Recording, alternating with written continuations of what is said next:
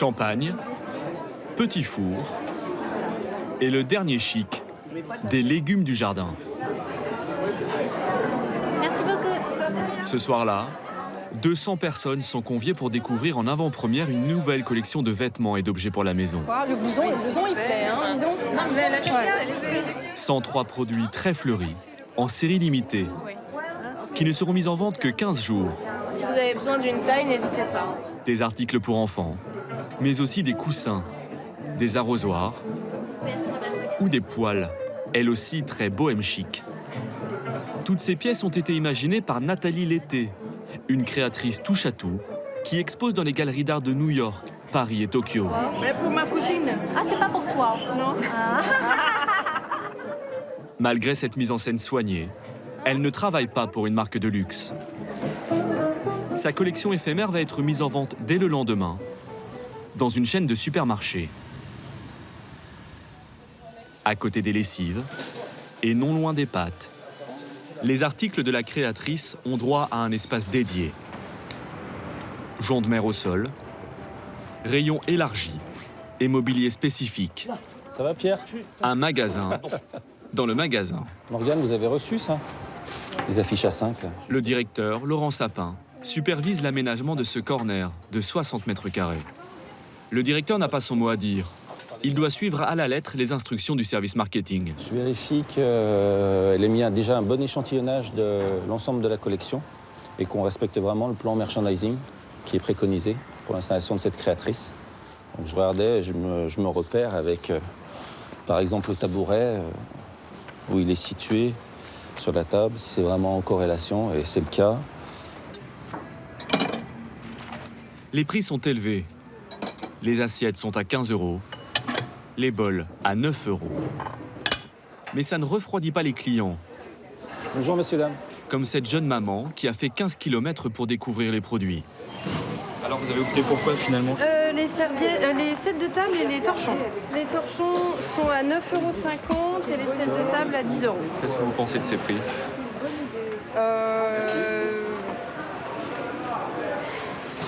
Honnêtement, les sets de table sont un peu chers, mais ils sont très beaux, donc voilà.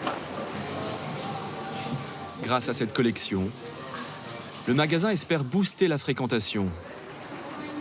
Mais surtout, entretenir son image d'enseigne branchée, quitte à être plus cher que ses concurrents. Bien loin de sa vocation initiale à sa création dans les années 30. Dans une France en crise, Monoprix, filiale des Galeries Lafayette, propose alors des produits de consommation courante. Le concept, tous les articles sont à un seul et même prix. L'enseigne bon marché se développe rapidement. Mais dans les années 60, elle subit de plein fouet la concurrence des hypermarchés de banlieue, moins chers. En déclin, l'enseigne est rachetée en 2003 par les supermarchés Casino. Elle décide de faire tout l'inverse des autres grandes surfaces, pratiquer des prix élevés en les justifiant par une image haut de gamme. Une stratégie payante. Depuis 2011, le chiffre d'affaires de l'enseigne progresse de 2 à 3% par an. Une exception dans la grande distribution. Il est 8h30, le magasin ouvre ses portes. Bonne journée à tous. Le magasin de Saint-Cloud est l'un des 600 du groupe, l'un des plus performants. Comme tous les supermarchés de l'enseigne, il est situé en plein centre-ville, où les loyers sont plus élevés.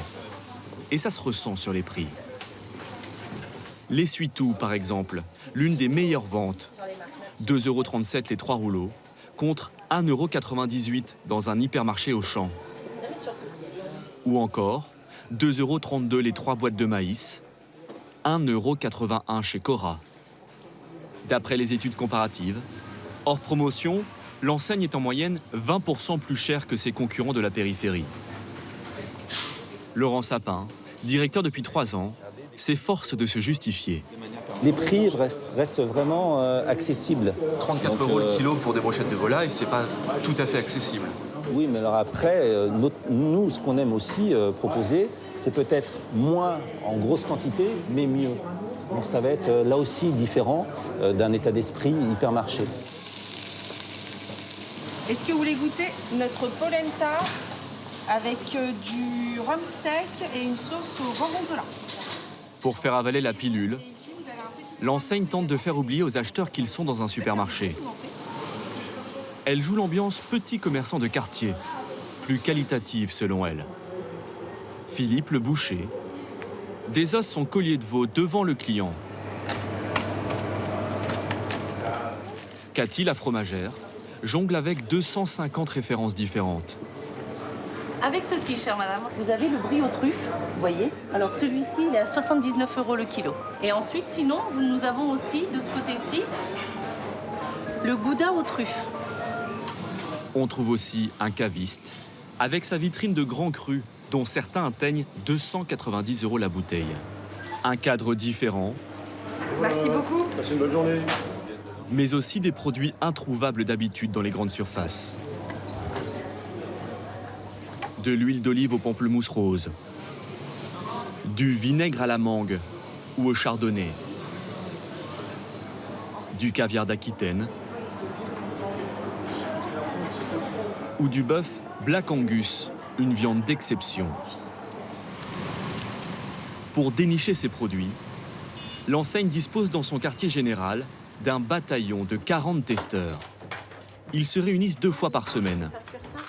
À leur tête, Corinne Doby, responsable de l'offre alimentaire de la marque du groupe. Bon, on va commencer par celle-ci, la salade bio au quinoa et fruits secs.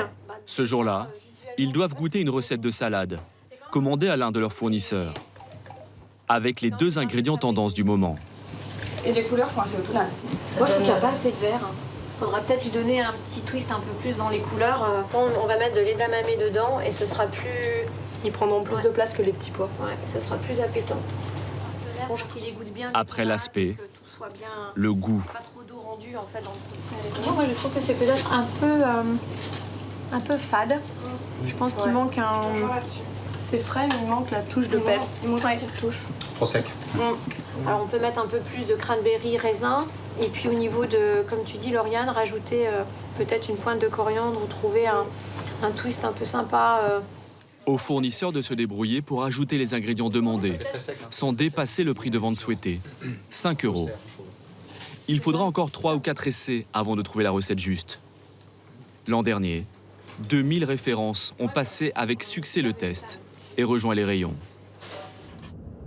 Une fois par semaine, chaque chef de produit se rend sur le terrain à la recherche de nouveautés. Ce jour-là, Corinne accompagne sa collègue responsable du rayon liquide à 1 heure de Paris, dans le Vexin, chez Éric Lefebvre, un producteur de cidre. Ça va, Éric? Ça va très bien, ça va. Ça me fait plaisir de vous voir. On avait déjà évoqué plusieurs fois ce sujet, vous veniez ici, donc enfin, j'arrive à vous voir ici à Vergy. Il y a 6 mois, ils se sont rencontrés dans un salon et ont signé un premier contrat pour 15 000 bouteilles de cidre brut, 30% du chiffre d'affaires du producteur. Allez, Voltaire. Dans ses vergers, Éric veut cette fois leur faire goûter des cidres aromatisés. Le petit bruit que j'entends tous les jours. Dans cette caisse, un cidre à la framboise. Rien que quand on ouvre la bouteille, on a son nez qui est incroyable, très floral. Il a également ajouté de la cannelle et un zeste d'orange. C'est très surprenant. Hein. Éric propose la bouteille 1,20 € à la grande surface. Un prix élevé selon Corinne, qui souhaite revendre la bouteille 2 € en magasin, mais qu'elle ne discute pas. Corinne ne cherche pas à réaliser de grosses marges, ni de gros volumes de vente. Mais avec ce genre de produit, et à ce prix, l'enseigne peut se vanter de défendre les petits producteurs. Une fois les produits sélectionnés, la plupart vont subir un sérieux toilettage marketing. Ce sont ces publicitaires parisiens qui en ont la charge. Depuis 8 ans, leur rôle, c'est coller des blagues sur les emballages. Le classique « Jamais 203 », on prend les nems et on recommence. Lardons les amarres, ou encore l'élégant « Ça va péter » pour des flageolets. Une fois par semaine, brainstorming autour des nouveaux produits bientôt mis en rayon. On a le chili con carne et riz cuisiné, qui est surgelé. Et en deuxième produit, j'ai le saumon fumé, élevé en Norvège, salé au sel et fumé au bois de hêtre. Moi, sur le chili, j'avais on alternait pas de stylo. Ou ce soir, incarner un grand chef. Ah, pas mal. Ah, c'est pas mal. C'est plus en lien avec la cuisine. Ça marche. Et sur le saumon fumé, alors? Être ou ne pas être, puisque c'est du saumon fumé au bois de hêtre. Ce saumon fumé tue. Ça, c'est... Ça, on l'a pas présenté, par exemple. Faut que ça fasse sourire, faut que ça transporte les gens, faut que ça les fasse réagir. Donc l'enjeu, c'est de provoquer quelque chose. Il s'agit d'abord de rajeunir l'image de l'enseigne, qui est suivie sur Internet par 1 million de followers. Des abonnés à l'affût des derniers slogans que la marque publie. Si l'enseigne réalise 70% de son chiffre d'affaires avec l'alimentaire, elle dégage ses plus grosses marges dans un autre rayon, l'habillement. De 20 à 40% de profit, 2 fois plus. Là encore, tout est fait pour se démarquer de l'image d'un supermarché classique. J'arrive! L'enseigne s'est dotée d'un bureau de style. À sa tête, Nathalie Cotin. Elle a travaillé pour IKKS ou Koukaï. Oui, donc on a décidé de revoir des choses sur la combinette. Donc on remonte la Ici ligne. depuis 7 ans, elle joue à fond la carte de la fast fashion. Des collections inédites toutes les 6 semaines, comme chez Zara ou H&M. L'utilisation qu'on va remonter ici. Donc Voilà. ça va recouvrir un petit peu plus. Voilà, donc il y aura moins de dentelle. Voilà, exactement. Ok, on est d'accord. Avec ses 18 stylistes, elle doit imaginer plus de 15 000 pièces par an. À ce rythme, pas le temps d'être créatif. Elle copie les tendances du moment, repérées sur les réseaux sociaux ou dans les défilés. Avec 6 mois d'avance, l'équipe travaille sur l'une des collections de l'hiver 2018, de la lingerie cocooning. Le gris, c'est joli, mais ça n'a rien à voir là. On tue l'histoire. Hein. Nathalie choisit les pièces qui seront ensuite fabriquées au Portugal ou en Asie. La combi en bleu, c'est super beau aussi quand même. Oui, tu fais un groupe bleu et cassonade. Bah par exemple, voilà, très bien. Cassonade, tu peux mettre des touches de curcuma. Mais ce qui va aussi dicter ses choix, ce sont les résultats de la saison dernière. Le pyjama viscose avec l'AOP libellule. On est à 30 000 € de chiffre d'affaires en vert. Le legging en pointelle également. Les flops, le pantalon AOP géométrique, donc c'est le coloris vert qui n'a pas performé, 5 000 € de chiffre d'affaires. Exit les flops. Les pièces qui, elles, se sont le mieux vendues seront de nouveau proposées, sous d'autres couleurs. Et finalement, Ce peignoir, par exemple. Ici, personne ne l'aime.